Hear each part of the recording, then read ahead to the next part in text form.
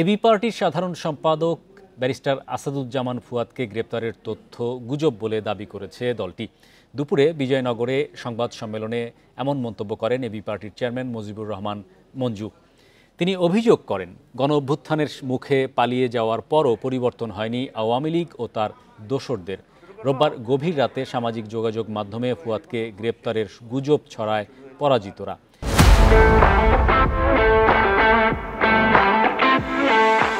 দেশকে অস্থিতিশীল এবং সেনাবাহিনী ও ছাত্র জনতাকে মুখোমুখি করে জটিল পরিস্থিতি তৈরির ষড়যন্ত্র করা হচ্ছে বলে মন্তব্য করেন এবি পার্টির চেয়ারম্যান। তার অভিযোগ, গণঅভ্যুত্থানের মাধ্যমে বাংলাদেশকে ঘুরে দাঁড়ানোর যে সুযোগ এসেছে তা নস্যাৎ করার চেষ্টা করছে এই চক্র।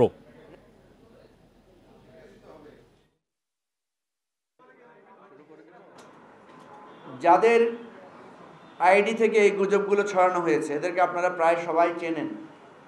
এরা সবাই পরিচিত, চিহ্নিত, পতিত স্বৈরাচার এবং আওয়ামী লীগের।